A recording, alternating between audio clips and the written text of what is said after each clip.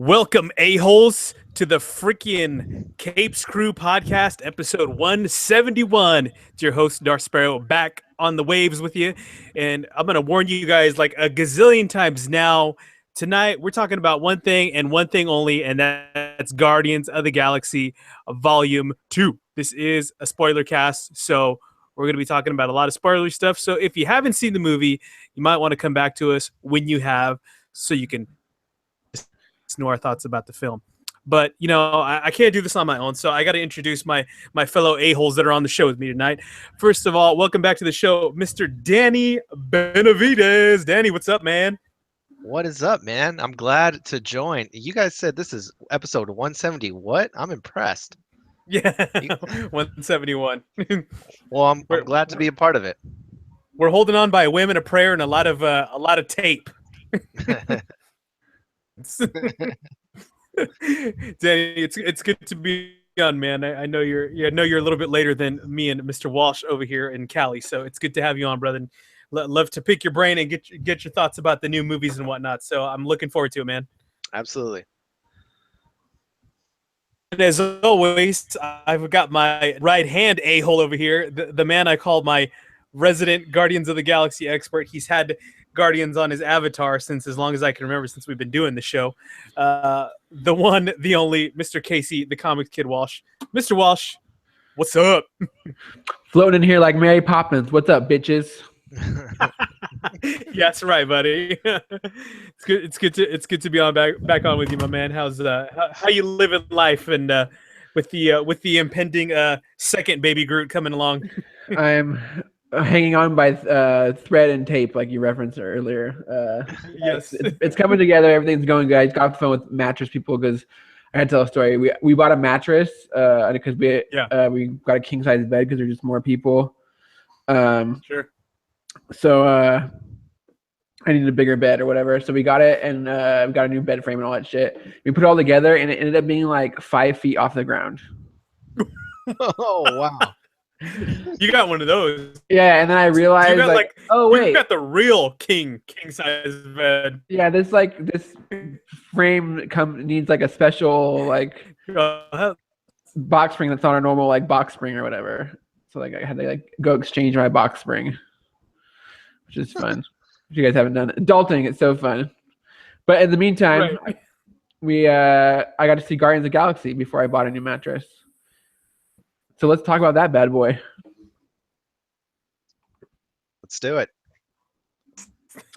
So I guess we'll just go from right into the get-go, right into the opening. What did you guys think of the movie as a whole, and what did you think of the overall kind of story? What did you think the story was?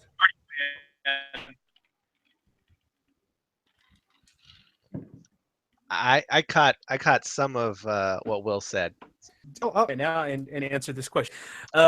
It wasn't the story I expected it was going to be. I mean, I almost feel like it was more of a little bit of a Guardian story with a big Yondu story thrown in there, man. It was definitely a big change from what I was thinking of. But other than that, man, overall, I thought it was an excellent movie. I definitely think there was a lot of more heart and emotion in this one. About it later, but I like the music in the first one better. If we're just grasping that thing, I'm happy about. It was a really fun, I expected and hoped for from a Guardians of the Galaxy movie. Well, you said so much wonderful things, but you broke up so much. I'm not sure how much of that we actually got. Yeah, that was so much. Correct. Yeah, you may want to turn off your camera or turn on your bandwidth because you're breaking up a little bit.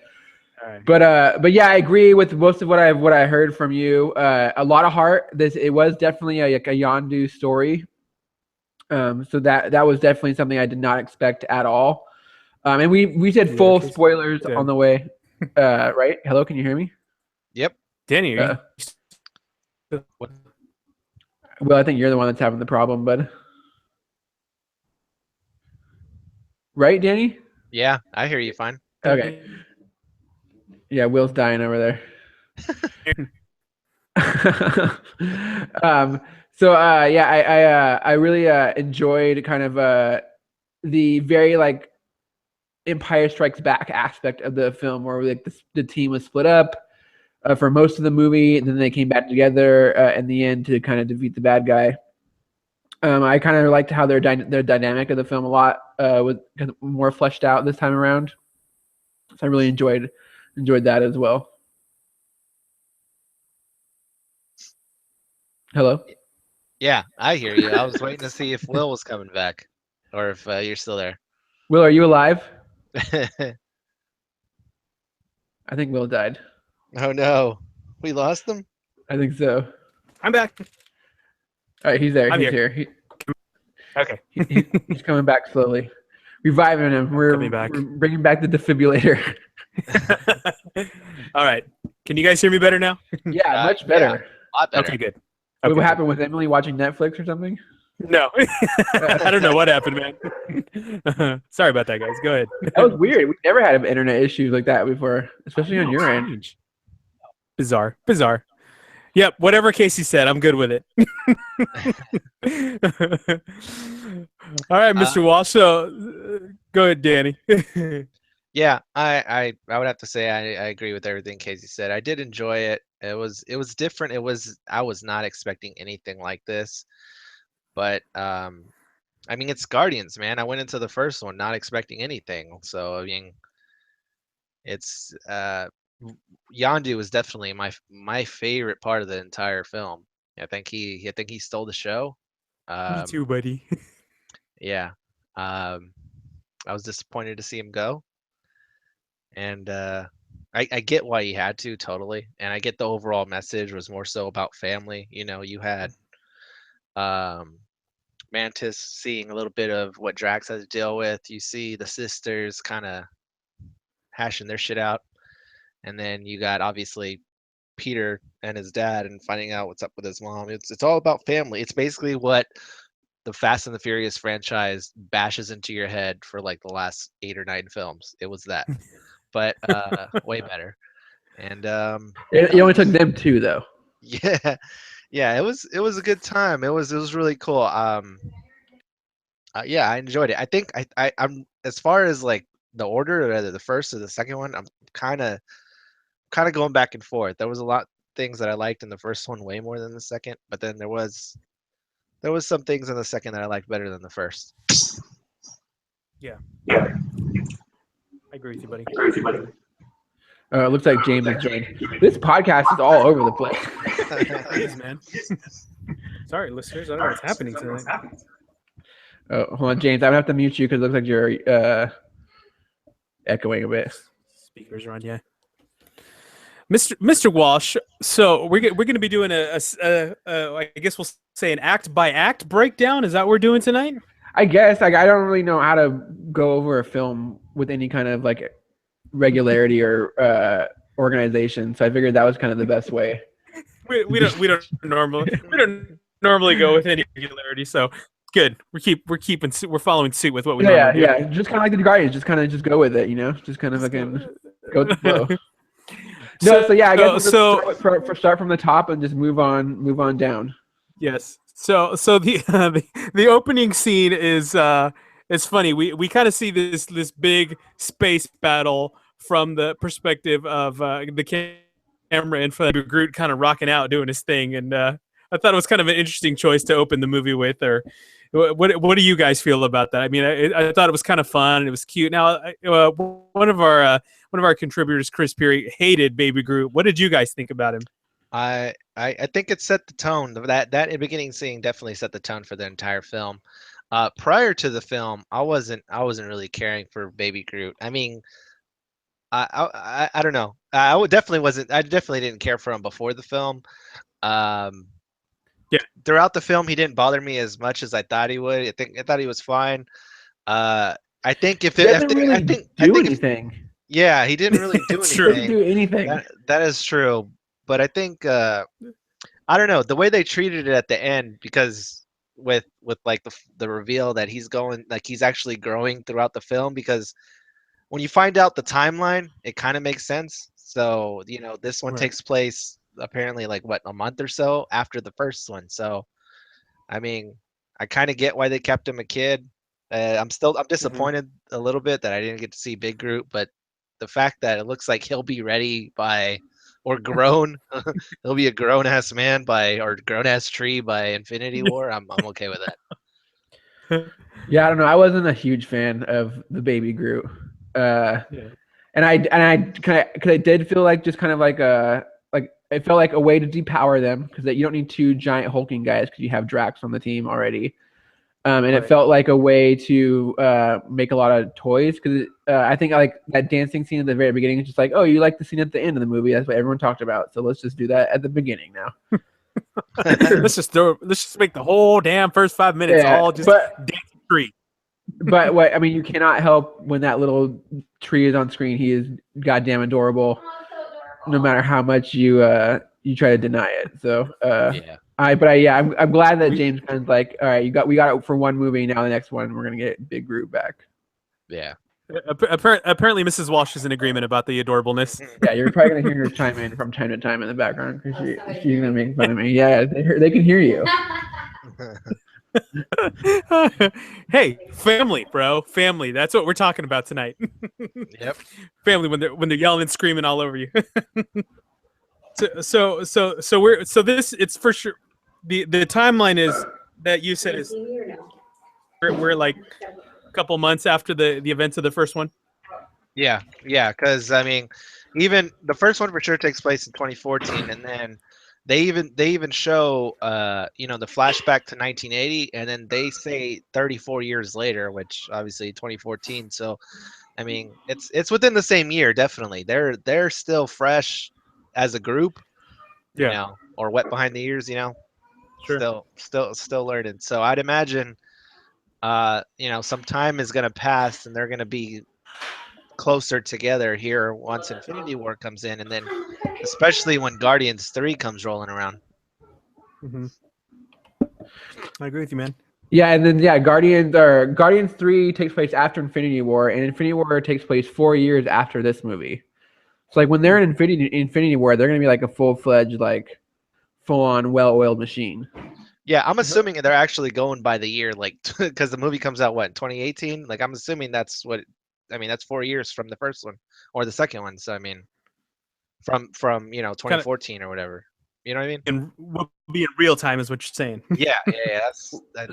So what was happening during the MCU during this time and when the Guardians? What was going on in the MCU? Oh man, that's what I was trying to figure out, because I was wondering why the hell no one was around for that Missouri thing, or why no one mentioned it. Like Shield didn't show up. I mean, come on, that's got Shield written all over it. That goo shit like swallowed up some cars, buildings. I'm sure a few people died. At least a fucking Dairy Queen got swallowed up. We know that much. Yeah, it's like where is everyone? I mean, I'm not sure where that would fit in the timeline. I think that was something I was reading on one of the news sites. Was they were talking about that little continuity issue, is how come nobody, none of the other big heroes mentioned that or were there to intervene in that situation. How do you think they're going to address that in later films? I mean, then again, they could easily explain it by, there was no alien, like, there was no Chitauri here, or there was no, like, I mean, I don't know. They could still be puzzled, or the government could be puzzled what exactly caused it, or, I feel like it could have possibly, because it was before Civil War, so it's not like the government's keeping them in check. Right. Yeah. We're still in Avengers check right now. They just chalk it up to like a geographical anomaly or something. Yeah, exactly. I don't know. Some sort of alien tech escaped, put out some blue goo. We're cool. So guys, general thoughts on the addition of Kurt Russell, aka Ego, the Living Planet, in this film. Best de-aging scene ever, maybe. So far, eh? Was he de-aged? A little bit, I think. Yeah. Yeah. No, he definitely was. That same stunt they pulled with Downey in Civil War. Yeah. I couldn't tell. He looked so good. The transition on this one is definitely much more believable. We'll say they aged him they de-aged him just enough to where you weren't like, we know he ain't fucking that young. He's a lot older. No, it was very believable in this one. I think a lot of it had to do with the wig too. Yeah. The David Hasselhoff hair. It's good, man. It's good. So you guys have to explain something to me. How does his character differ in the comics than it did in the books or in the movie? I'm sorry. That's definitely a Casey question. How did Ego's character differ? Whose character? Ego. Yeah, Ego's character. Yeah. Oh yeah, he wasn't a celestial. Okay. So in the comic books, he's just kind of like a thing, I guess. Right. A planet. Yeah, a planet. His powers are kind of the same. He could still he could do the same thing. He could like create like a human form and create things on his surface and kind of control his surface like that. He was kind of a joke character. Like I don't think he was ever like a serious threat. Okay. And the big thing I think was that he was always like a Fantastic Four character. Okay. So he wasn't Peter's dad in the comics. No, Peter's dad in the comics is a guy. Is just like a king of a planet. His name's Jason Spartax. Can we Jason? Can we talk about that for a minute? Yeah. Fantastic Four. You want to talk about Jason Spartax? Sure, we can talk about Jason. The Fantastic Four character. There were several characters that appeared in this film that, from my understanding, at some point belonged to Fox.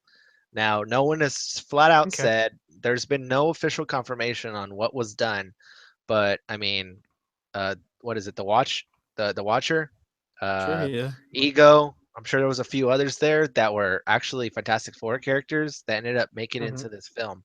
I'm curious what kind of back end deals were made for them to appear in this film. I part of me thinks that Marvel has owned Fantastic Four now. Like I think that the contingency with that contract was they had to make or have a film in development like every 5 years or something. Like it was a short period of time.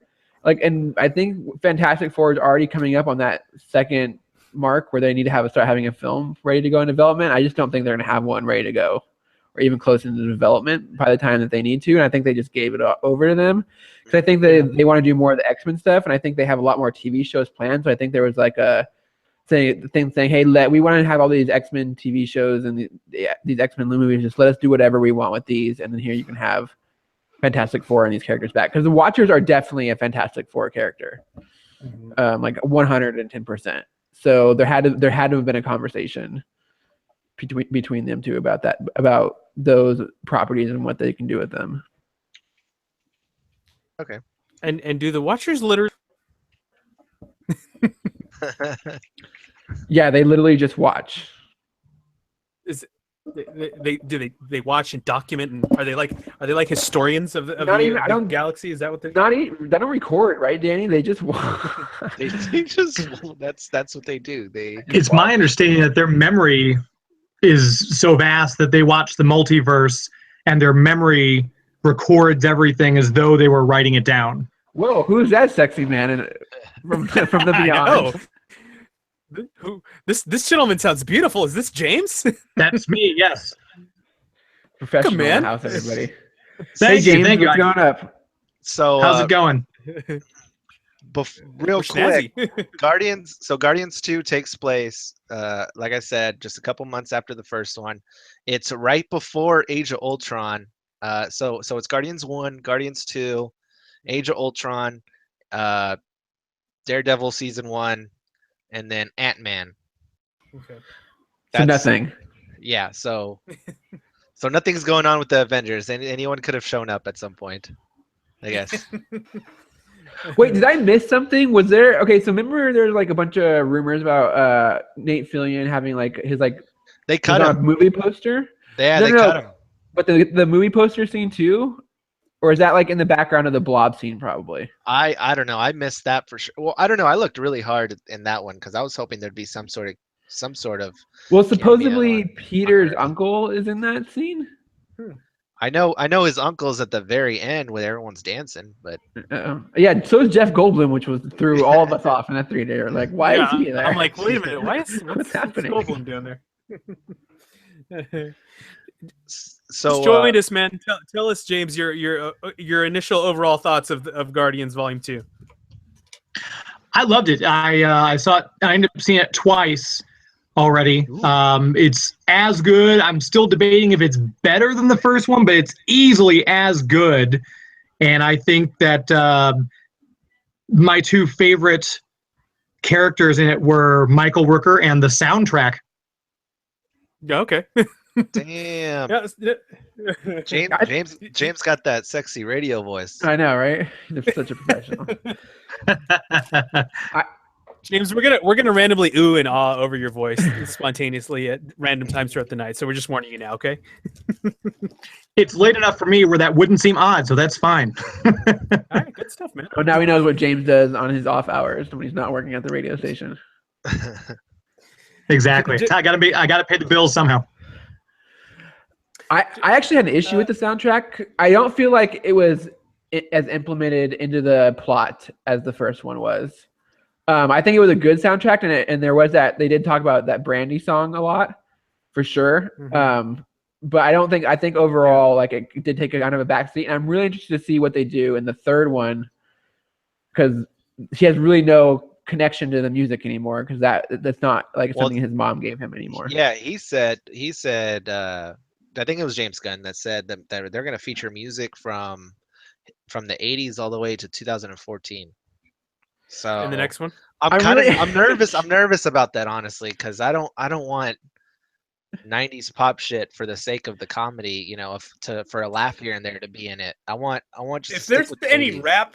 If there's any rap, Danny, I'm throwing the shit out the window. No, I hope it's some like bros, because the only people that brought Zunes were like super bros. So I hope it's some like super bro guy, and like it's a lot of like Limp Bizkit and Korn. Yes, hey, I'd be okay with that. That would sound awesome. That'd make a good Ravager soundtrack. Oh my gosh! And okay, so he's not wearing that fin in the second one, right?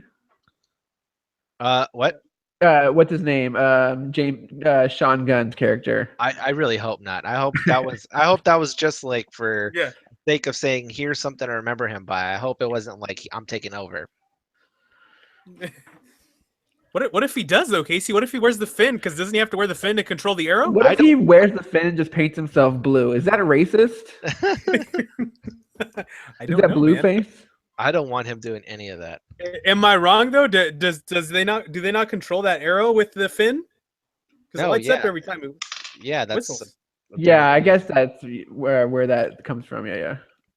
Okay. That was my understanding, because when Nebula shot him in the head, his arrow just hit the ground. So that was my understanding, that the fin gives him added control over it, which is why he wanted Groot to go get it. Right. Makes sense. Very nice. So one of the things I wanted to bring up in this, and it's more so just about the MCU first, was robot prostitutes. We got robot prostitutes. Yes. We got so many of these, you know, superheroes going where like the standalone films, Ant-Man, Thor, Iron Man, all of them, where at some point, you know, they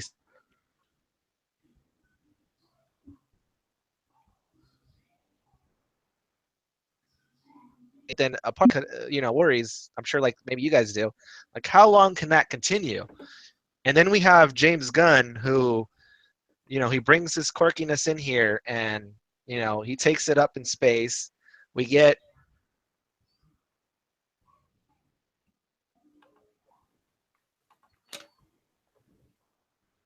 like, there's obviously he's setting it up for this much wider universe, which I feel like is the only option here. And like, I don't know, maybe after this phase 3 or whatever, I feel like the only option is to go up, right?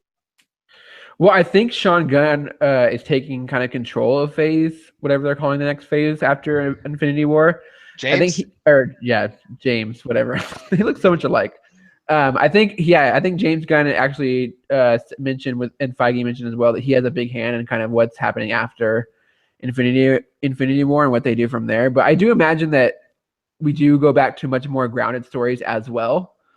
But yeah, that at some point it's I bet you just saw a lot of team movies. Yeah. I don't know, but yeah, I think you are going to get another kind of spacey element or maybe interdimensional villain when we move on. Yeah, we'd almost have to do a cosmic element because we're getting Captain Marvel in Phase 4, and what was the other one that they're bringing in? There's another cosmic one. Now I'm blanking on it, but I think that was kind of my understanding. They're going to kind of go a little more wide with their scope. Well, James just kicked in the fucking door with this one, especially with that nice Adam Warlock reveal. What did you guys? That was amazing. You know what? They totally set Adam Warlock out throughout that entire movie with the Sovereign being the perfect people, being these perfect entities, and then the fact that they're gold. I never even realized that Adam Warlock's a gold being. Yeah, I didn't think about that at all. I didn't even think about it, so it makes total perfect sense. By the way, I loved every Sovereign scene that there was, even though they were like just in the film, kind of as cannon fodder. Yeah.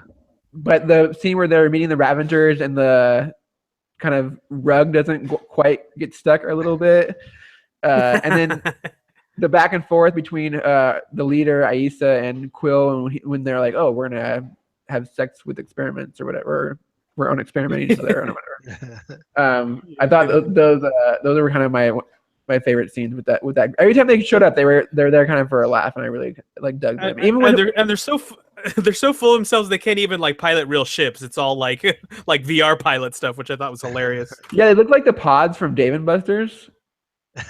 Yeah, I thought of an arcade when I saw that. Bunch of Star Wars battle pod over there at D&B and was like, hey, let's throw that in the movie. That's what they totally were. Oh, what did you guys think of the comedy? I mean, there was definitely a lot more of it this time around. Yeah, I thought I think a lot of stuff hit and miss. Like I thought the fruit kind of thing went on maybe a little bit too long, and then kind of didn't land very well. The fruit thing? What are you talking about? I'm lost a minute. At the very beginning, where they capture Nebula and she says, "I'm hungry." Oh, she's like, "There's fruit right there," and they're like, "It's not ready yet." And then she finally and then she asks about it like 5 times, and then they keep saying it's not ready yet. And then she finally gets it and bites it, and she's like, "Oh, it's not ready yet." I also thought Nebula would kind of feels out of place in this movie. Like, what's her name? James, what's her name? The actress. Karen Gillan. Karen Gillan. I think she overacts it. Like, she's so much more over the top than everybody else. And I just feel like she's just in a different movie, maybe a little bit sometimes. And it's even, and I don't know if it's played for comedy or just she's just not at all comedic whatsoever, and it's supposed to be that way. But I kind of feel like she's gonna die at the beginning of Infinity War. Well, I mean, she thinks she's gonna go after Thanos on her own. I know. I'm like, I think we can kind of bet that she's gonna die. Well, in the comic book, she actually saves everybody. Like, she's the one that like gets the spoiler alert for a comic that's 50 years old. She actually like gets the Infinity Gauntlet back away from Thanos and kind of has a hero moment for a second. But dude, I'm only on issue 4 of Infinity Gauntlet. You just spoiled it for me. Came out in 1991. I'm just getting caught up. Come on. Silver Surfer misses that punch too, and it really fucking screws him over. Well, I may as well just not read it now. Thanks. To me, Casey, I feel like a big part of her character was just specifically to set up the whole backstory with how sadistic Thanos was by replacing her parts every time she lost a battle between Gamora. All right, so here we go. Here comes Nerd Casey out again in this fucking situation. Let's do it. When the first movie came out, they put out prequel, like pre-Prey. You know how they put out the Prelude comics or whatever? Yeah. And one of them was like a Gamora and Nebula story. And in that story, she actually gets her arm caught in like electric barbed wire and has to cut it off. And that's how she loses her arm. So I don't know where this whole like Thanos ripped my arm off like thing came from. But is that what she said specifically? Because I heard her talk about the eye, how she took out his eye. She said that he ripped out my eye and my arm, right? Mm-hmm. I heard his eye for sure. I don't know about the arm and brain. Yeah. I don't know, James. You've seen it twice. Do you remember? But the movie counts. Yeah, it was eye, arm, and brain are the 3 that she mentioned. Yeah. Yeah. There it is. So a little continuity error there, Marvel.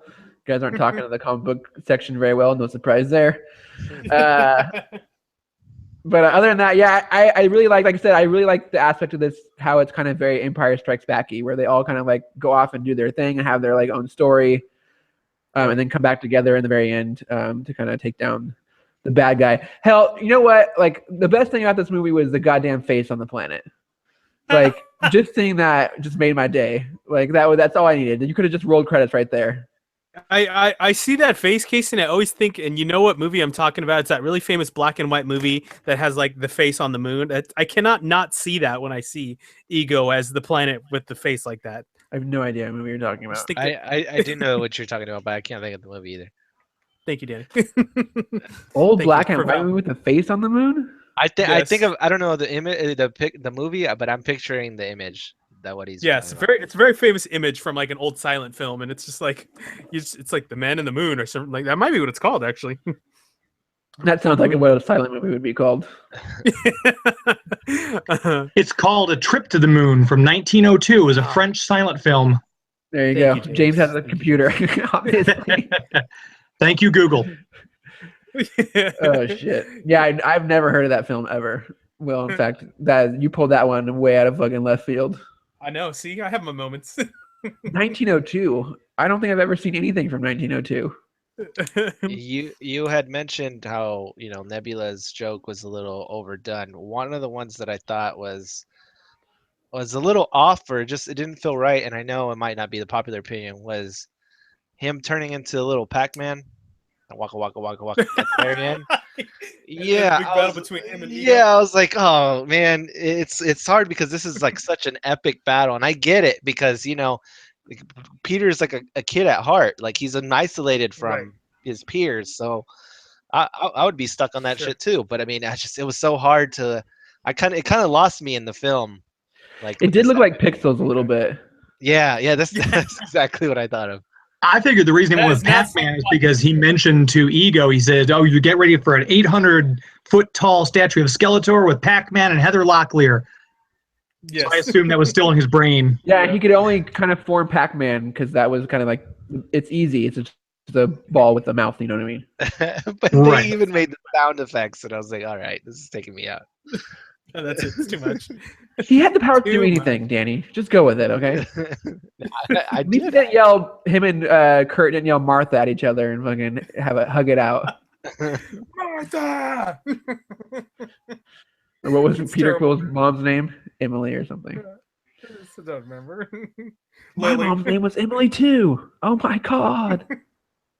Oh my god. I did like how they came back and kind of completed some of the the story, completed some of the loose ends in the first one, especially I like the nice thing they did with Yondu, like we mentioned earlier, how they came around and kind of wrapped that up. Like Yondu's not really a bad guy, and he was easily one of the best parts of the film, and you kind of see why he did what he did. And the first one, all you know is like, oh yeah, the only thing Yondu says is like, yeah, his dad's an asshole or whatever, but like that's the extent of it, because Yondu's this hard ass, he's right. And then oh crap, I would say an asshole is understating it. I mean, he murdered thousands of children. Like he's Hitler-esque. Yeah. No, I think he said a jackass or something like that. But yeah, you're right. And then with the mom being sick, and that was dark. Finding out that Ego gave her cancer. Damn. Yeah, he was just like, fuck it. Like he just like brushed it off like it was nothing. He's like, oh, Anna gave your mom cancer. Fuck you. It sucks when I had to give your mom that tumor. It's pretty bad. I felt bad about it. Like you know what I didn't want though? I wanted a scene of him like when like he was explaining to Peter like I did this to 1,000 other planets or whatever. Like I wanted a scene of him like being different aliens, like swooning over like different women, like as you know what I mean, like in different forms. Like basically like the same scene, but with all the different alien life forms, like him kissing them or something. Yeah, because I imagine that like he didn't like go around as Kurt Russell, like did he? No, right? He like took the form of another being, whatever planet he was going to. Casey, maybe his game was so strong that he didn't have to be like the same species as all these women. He was just like he literally impregnated probably millions of people, like billions, right? Because he went to every planet. Yep. Or And he did it all. He did it all looking like David Hasselhoff. Yeah. Oh my God! Could you imagine? Like if could you imagine being a human on Earth and then like these aliens come over and they're like an angry dad comes back and he's like, David Hasselhoff came and impregnated my teenage daughter. that was a headline in the Inquirer or something, man. Marvel make it. That's good. but Casey, I got or Danny, I mean, I gotta agree with you, man. That big, I think I'm still most happy about with this movie and kind of most shocked about was the how big of a presence they made Yondu this movie. Because I mean, I character that changed most from the beginning of this movie to the end of this movie, and I think it was a really cool decision on their behalf to throw that story in there as well. It definitely big emotional moments of the film, and I think it just took it to a whole different level that the first film didn't have. He totally got a Death of Spock funeral. Like he's not coming back either. They burnt his ass up. Yeah, he's gone. Yeah, there was still a part of me that was hoping he'd come back, and then nope. He might. I was told he's still signed on for Infinity War, and if they get a hold of any of the time gem, the reality gem, the space gem, they could bring him back in a heartbeat. If Quill gets a hold of one, we know he can hold them. What would the first thing he would do? He could hold one because he was a Celestial at the time, but now that's gone, he's not one. He's like everyone else. Oh yeah. So I do imagine though that he would come back in a flashback. Like I could see that for sure. The only thing that I saw was that they said that they had plans for Sylvester Stallone's character and possibly Ego's character, which I don't understand because I guess he died. And then when they were asking Michael Rooker about it, he was like, I don't know, I can't answer that. But he was like, do it jokingly, you know? So I don't know. You know how Michael Rooker is an insane person, so you can't take anything he says for fucking. No, but he's so fucking awesome in this film. I don't know. He's so great. Yeah, no, I really enjoy, and I think the previews did so well of hiding that fact. Like, I didn't feel like I ever was under the assumption that Michael Rooker was anything other than a side character in this movie. Yeah. But yeah, the fact that the whole movie was basically kind of crafted around him and his relationship with Peter and how Peter was always out there searching for his real dad, but his real dad was always right there, kind of in front of him. And the fact that he used the word "daddy," like yeah, I'm your boy. He may be your father, but I'm your daddy. Like, no, who fucking says that? Like that was a Michael Rooker. Yeah, that's what I'm saying. That's a total Michael Rooker line. Like, you know what I mean? Like, I'm sure it was like, he's not your father, I'm your father. Like, because I'm sure it was like a very Empire moment. You know what I mean? But it's not. Yes. He says daddy. And only Michael Rooker says daddy. Like, you know what I mean? You don't get that with fucking anybody else. James, how did you feel about the Yondu storyline in the movie? I loved it. I'm a Michael Rooker fan, so I thought it was great. Like I said, he was the MVP of the show.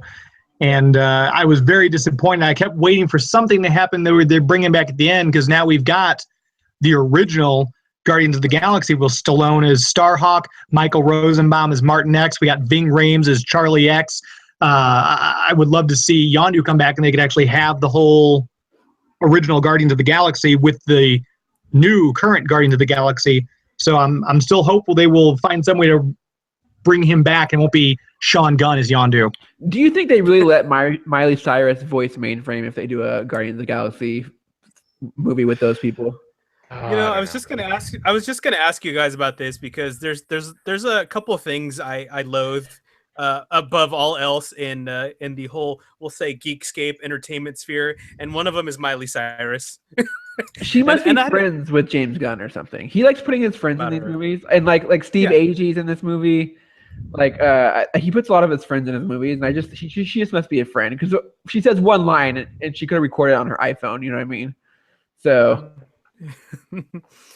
Yeah, I don't know about you guys, but I mean, I just kind of want to vomit thinking about Miley Cyrus being in the Marvel universe. I'm sorry.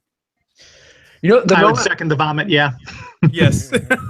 back to Michael Rooker and the funeral. The moment I was waiting for happened, you know how like all that like glitter kind of comes out of the spaceship after they fry him or whatever. Right. I was kind of hoping that would like form into like a picture of Michael Rooker and like he would like wink, because like that would have totally happened in the 80s. Yeah. You like the big face made of all the little spiky lights and things.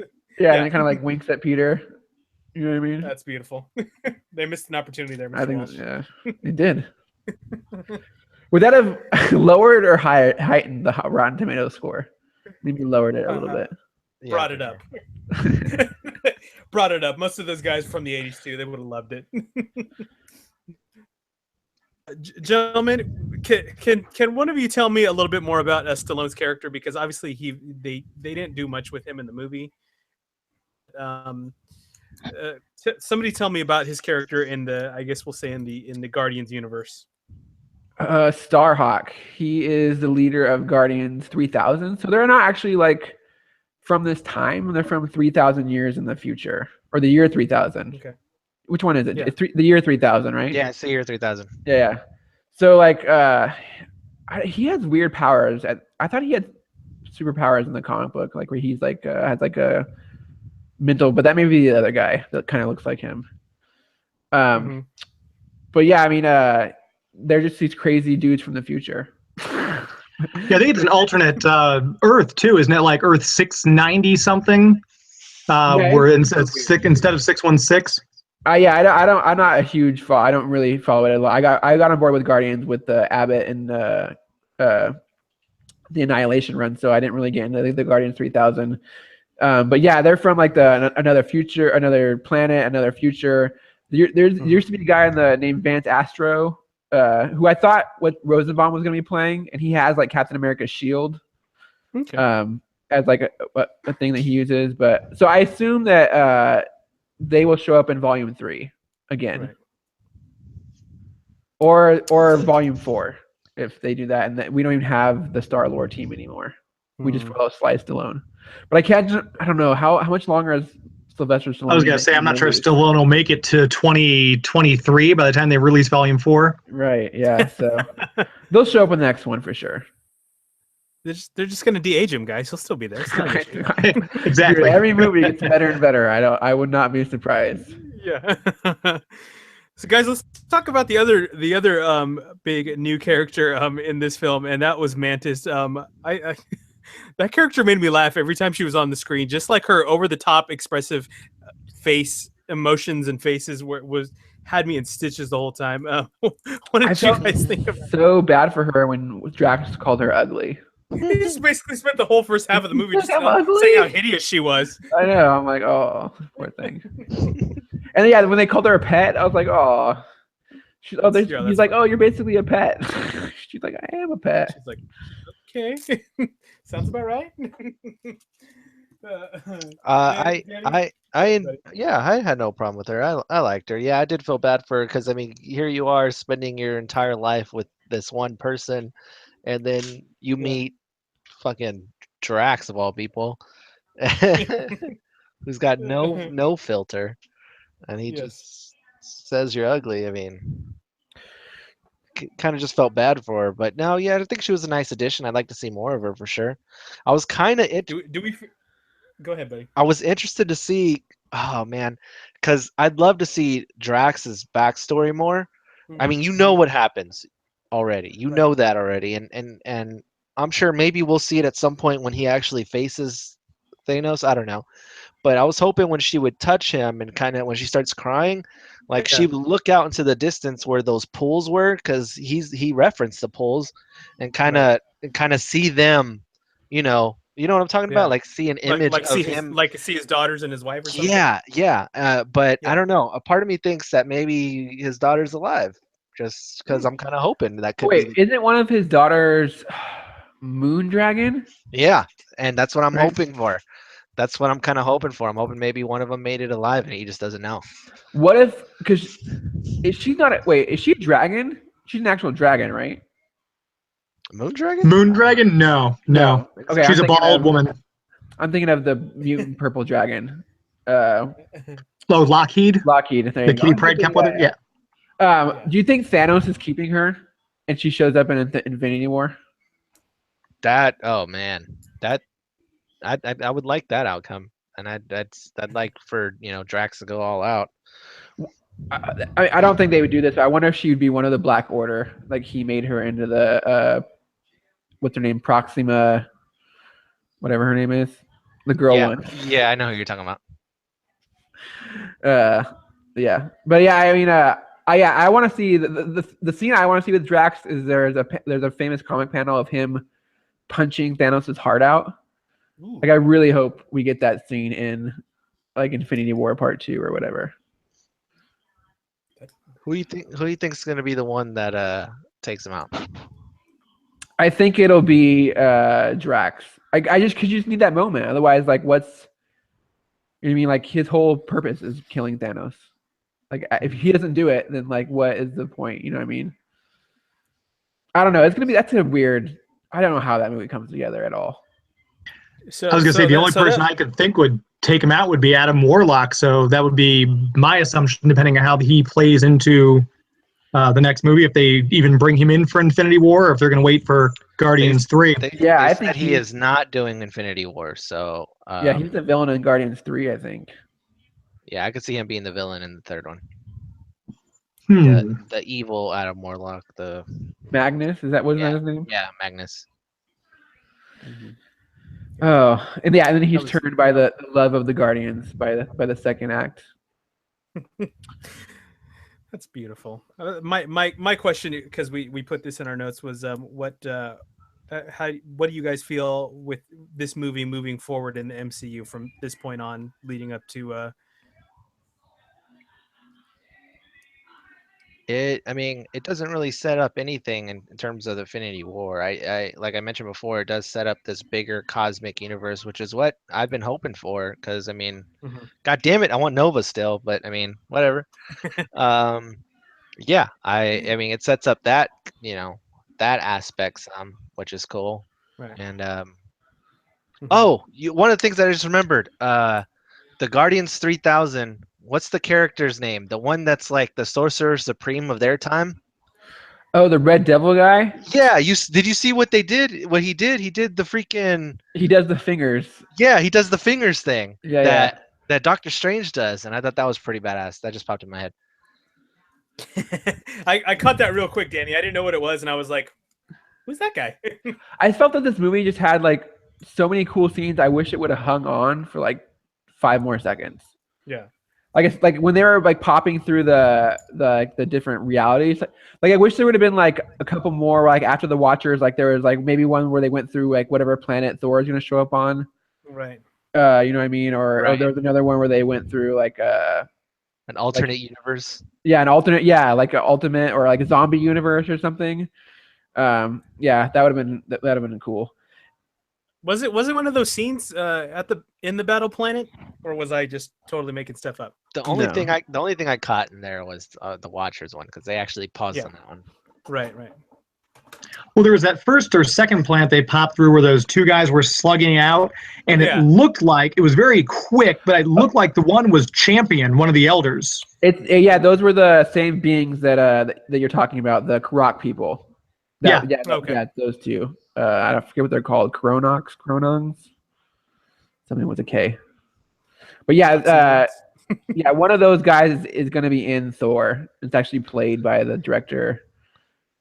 Yeah, I think we're going to see more of this cosmic universe in Thor for sure. I don't know. I feel like everything's leading up to space. I feel like there's nowhere else to go but space at this point. So, like, who's the villain after Thanos, though? Like, if they have the Fantastic Four license, is it Kang? It's got to be Kang. It's got to be Kang. I didn't know Kang was a Fantastic Four character. Like, just Immortus was a Fantastic Four character. I think Kang is actually he made his first appearance in Avengers number 10, I think. See, I figured. I honestly figured Kang would have been the next one, or shit. Oh my God, let's see Galactus at some point. But see, I don't feel like Galactus is like a phase thing, because like he's kind of, you know what I mean, like, It's not something you can stretch out over multiple, because there's no interaction with him. Like he has one purpose. Like he's just gonna eat a planet. It's You know what I mean? definitely an Avengers movie. I feel like, or Yeah. a huge team up movie, if anything. But yeah, I guess not a phase. Because like all you need is that ultimate nullifier thing, and then you're done. Like, game over. I don't know. I honestly don't think they'll. I don't know. It's got to be King. Like I just don't know who else they would use. I don't know. Or you do Secret Wars and you do Beyonder, and like at the end of each movie, like standalone movie, like they just disappear. And that's your post-credit scene.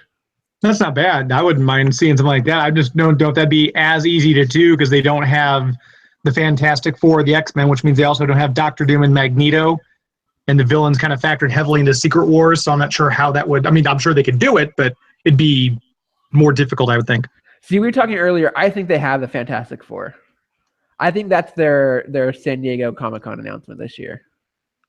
That would be epic. I was going to say you would think they'd make a big announcement about that, but San Diego Comic-Con saving it for that might be key. Or isn't D23 coming up too? Yeah. I don't. Yeah. James, I don't know if you were in on that goddamn websites that autoplay videos. There's a special place in hell for you. James, I don't know if you were in on this part, but one of the things I was saying was a lot of the characters that we saw, or the cameos that we saw, they were, I mean, essentially Fox characters, or right.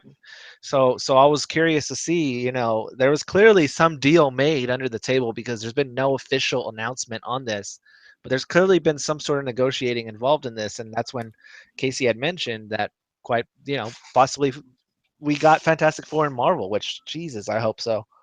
That'd be great, because I'm not sure how the deal works, because technically if they're letting all the people who made their first appearance in Fantastic Four comics, then technically Fox will have Black Panther and the Inhumans as well.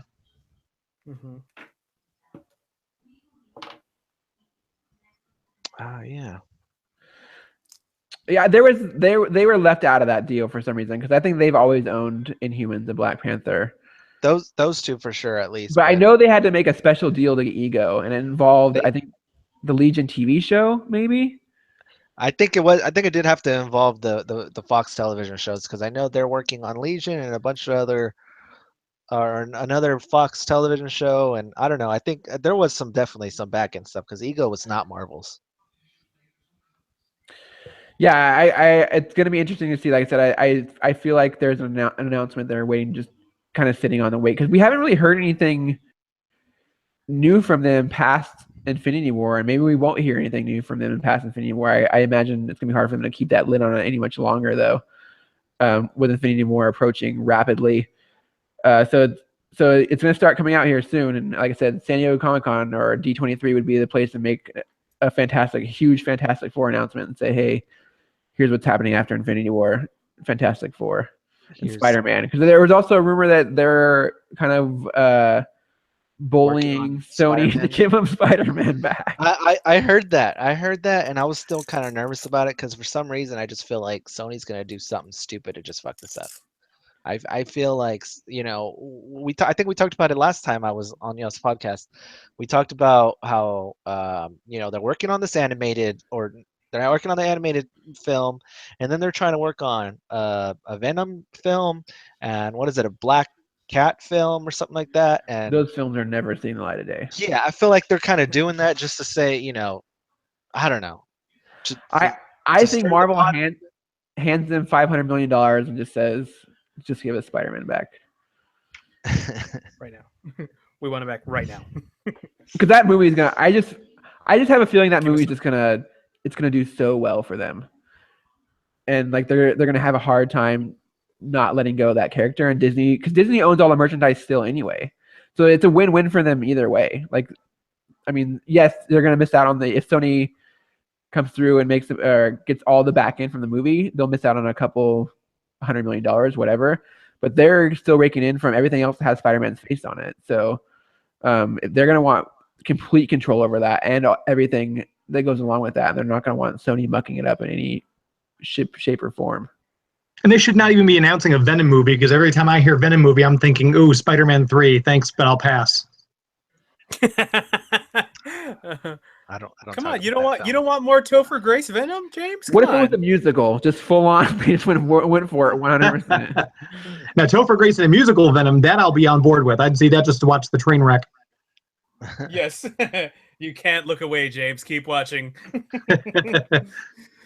So, guys, we'll truly wrap this up the right way. What do you guys want to talk about any of the end credit scenes and what they meant for this movie or maybe future movies to come? I mean, I think we mentioned most of them while we've just been talking, but my personal favorite, I really like, I said, the Adam Warlock kind of tease. Right. And I wonder, I really like that whole group, like Aisa and her whole like clan of like Paris Hiltons or whatever. Right. She kind of looks like Paris Hilton. You're right. Yeah. So I'm kind of excited to see them kind of come back and see where we go from there, and finally get Adam Warlock, and because he's such an integral part to the Guardians thing, and I'm really interested to see too, like where kind of what Sylvester Stallone and that kind of group do, and do we get a spin-off movie? Do we get Guardians 3000? Are they Guardians Volume 4? Like how do we involve them? And then where's Richard Rider in all this? Yeah. That's what I'm saying. I bet you if Spider-Man's a success, they're like Sam Alexander movie. And you know what? I'd be all right with that as long as I got some form of Nova, I guess. And they make Richard his dad, because his heritage like dad thing is like confusing, I think, in the comics. Okay. Yeah, I can see It's that. Marvel. Most of their comic stuff are confusing.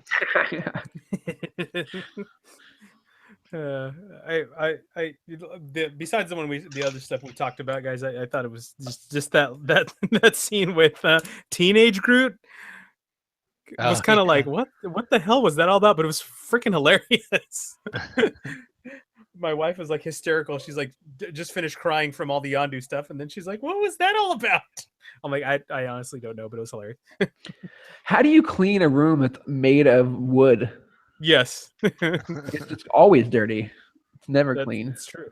That's a good question, man. Lots and lots of pledge. or Roundup. I don't know. Yeah, exactly. Guys, I bet you. Oh man, never mind. I'm not gonna say that. It's a really bad ejaculation joke. But do it. I was waiting for it. I mean, I bet you he makes that bathroom extra sticky because sap is just it's hard to get out of everything. Especially when you get it on your hands, it's just the worst. Yeah. And then you touch other stuff, and then you have like brown spots all over your hands because you're a sap. Like he can never get away with it. And so you know what I'm saying? Like there's always evidence on your clothes, everything. It's ridiculous. If that's the case, I'm sure the Guardians do not eat pancakes ever. Oh, there it was. I was waiting for the pancake joke. No. James, you kill me, man. That is a good prank you could pull on Star-Lord, though. Yes. One of the scenes I wanted to mention, Rocket's scene where he fights off the Ravagers. Yeah. I thought that was pretty cool. Rocket kind of takes a back seat. Him and Groot both take a back seat, I feel like, in this film. But it was that moment where he's they're left alone on the ship, and he sets up all those traps, and you see him running like a little like an actual raccoon, a little creature from tree to tree. He's like a raccoon ninja. I thought that was pretty cool. Yeah, I agree. I thought because he's like the master strategist or whatever. So I think that really kind of like featured his superpower. But yeah, when they were locked in the prison, like why isn't he like master strategizing trying to get out? Like their big plan was like just get the fin. Like that was their big get Groot to get the fin. And by the way, only James Gunn can run out a joke for 5 minutes. On like 2 extra beats, just like, all right, I think we got it. That did drag on quite a bit. Yeah. But then he pulls out a desk, and you're like, oh, okay, we can do this one more time. Yeah. It's still good. It's still very good. Guys, Casey, why don't you give your final thought on the film? My final thoughts on the film. I really enjoyed it. It will be one that I watch over and over again, like the first Guardians film. I think it's immensely watchable. I think how you feel about the Marvel movies or not, like Winter Soldier is hard. It's not hard to watch, but it's not exactly like something you can watch over and over again. You know, Civil War, same thing. It's not something you can watch over and over again, except for like that middle fight scene at the airport, because it's so dour and kind of like downish. And this just makes you feel good, and every moment of it makes you feel good. And even when Yondu dies, by the end credits, you're kind of like you're feeling good again. And even like when he dies, you feel good because all the Ravengers are there, and they give him the Ravenger funeral, and there's the fireworks and all that stuff. So I think this movie does a real good job of just making it extremely watchable, and it's beautiful. Like all the scenery, like the Ego Planet, everything is just there's always something for your eye to go to, and I think that's something that James Gunn does extremely well, and he just knows these characters so well, and everything is and everyone has their place, and everyone has something to do, and no one felt kind of like left out, I guess. Yeah, I couldn't agree with you more, man. Yeah, I'm gonna have to agree there too. I think I don't know. The Guardians is just a nice break from the rest of the MCU. Not that I have a problem with it. The MCU, it's my favorite. I love all of them, but it's I don't know. It's a nice change of pace, something to let loose and relax. Going from what do we have before that? Civil War, Doctor Strange. We're about to have Thor. I could see Spider-Man kind of being like that, since it's probably targeted for younger audiences. But no, Guardians is just like that let loose and feel good kind of a party, and they can get away with it because they're nowhere near Earth and they're nowhere near the rest of the universe. Yeah, absolutely, man. James, sir, final thought on the film tonight. I loved it. I agree that the visuals were stunning. I saw it the first time I saw it was in 3D. The second time I saw it was in Coach, and I would highly recommend seeing it in 3D if you get the chance, because they really do everything he did in the movie, especially on Ego's planet, and when Yondu's arrow is flying at Rocket, that stuff 3D just really popped with all the visuals that James Gunn included. Cool. Yeah, so I would that'd be my main thing. It's my takeaway is if you're going to see a movie in 3D, this is the one to do it. And overall, yeah, it is. I agree, it is an uplifting movie. I've been thinking about it ever since I saw it. I want to go out and get it on DVD. I actually watched the original Guardians to get me through until this next weekend, when I'll undoubtedly see it again for a third time. So, absolutely, I definitely feel like just because of the emotional level and the comedy in this movie, and of course the music, the very musically driven soundtrack, I think you could take even maybe people who are not huge comic book movie fans to see this, and they would really enjoy this film. And I think that's a testament to what James Gunn has done with this franchise that started out as like what the fuck are they putting out next? Guardians of the Galaxy, what's that all about? So I definitely agree with all your guys' statements. I thoroughly enjoyed the film, and I'm gonna be with James seeing it again this weekend. So that's it for me, guys. One of the better villains in a Marvel movie too, I think. Okay. Still could use a little bit more development, but I think his like overall plan and like villainy, like the fact that he would give Peter's mom cancer just because he didn't want like any attachment to her was like so fucked up, the worst way. And then murder, millions of children on top of it. Like he was a truly like bad guy. I think that's kind of hidden, or not so much hidden, but kind of lost a little bit. I mean, the way you say it now, I feel like that part kind of may have gone over a lot of folks' heads. Like this villain's pretty dark. Yeah, he was super dark. Like he didn't give a fuck about anything. Like he was willing to like the only reason Peter existed was to act as a battery. Like he didn't give a fuck about Peter. Like he just wanted the power to be able to make other planets like him. So yeah, it's a dark villain. Like I said, it probably could have used a little bit more in development. But overall, when you're hitting 2 hours and 10 minutes already, I don't got much time for that stuff. But again, it's such a good film. If you haven't seen it yet, why are you even listening to this? Really? Go check it out. James, since this is your first time on our show, why don't you tell our listeners all the other cool stuff that you're doing, man, and where they can find you?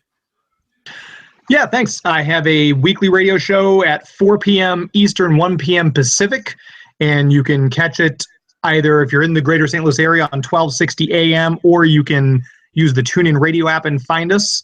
It's Geek to Me Radio, and I'm on Twitter, Instagram, and Facebook at Geek to Me Radio. Yes, you need to go check this man out so you can hear that epic voice a lot more times. Stop. Say more things like that. Keep it coming.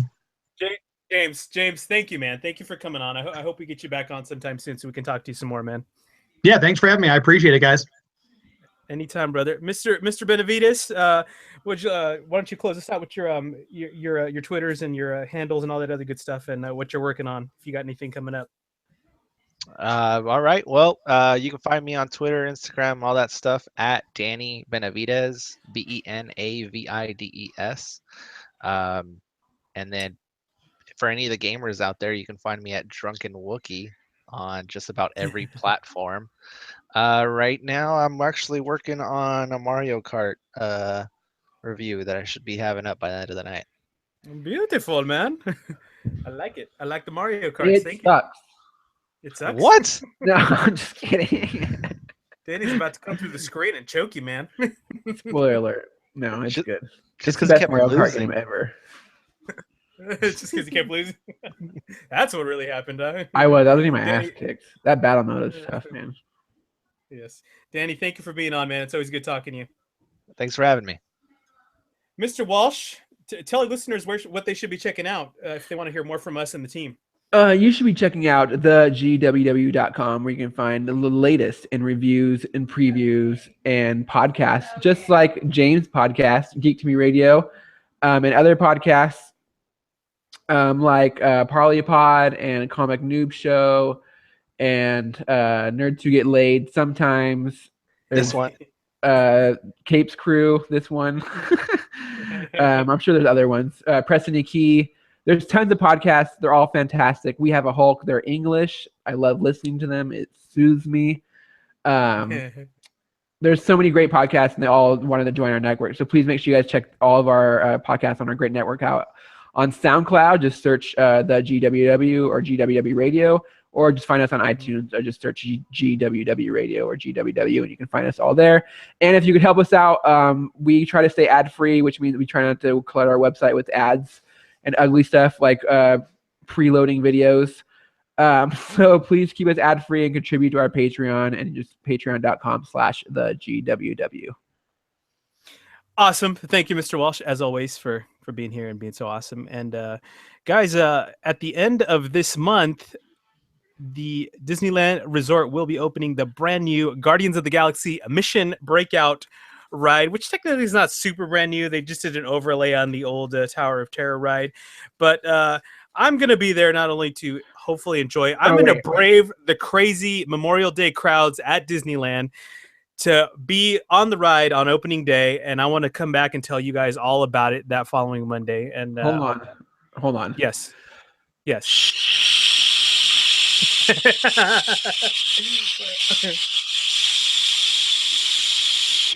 coming. Keep it coming. Keep it coming. A little more. Shocking. Okay. I'm so shocked. You're gonna go to Disneyland for opening of a new ride. I'm doing it for you guys, man. I gotta take one for the you're team doing every it once for in a while. me. That's dedication. You're such a hero. Yes, I'm looking forward to it. It's gonna be awesome. They just released a new little teaser trailer commercial thing about it today, so you can probably find it online. But it looks to be really cool. I've been reading all about it, so we'll check it out, and I'll post some pictures and let you guys know how it is. But anyways, that's it for me. You can find me on Twitter at Darth Sparrow. You can find the whole crew at Capes Crew. And as always, thanks for joining, and we'll catch you next Monday when we are back on the Geek Side.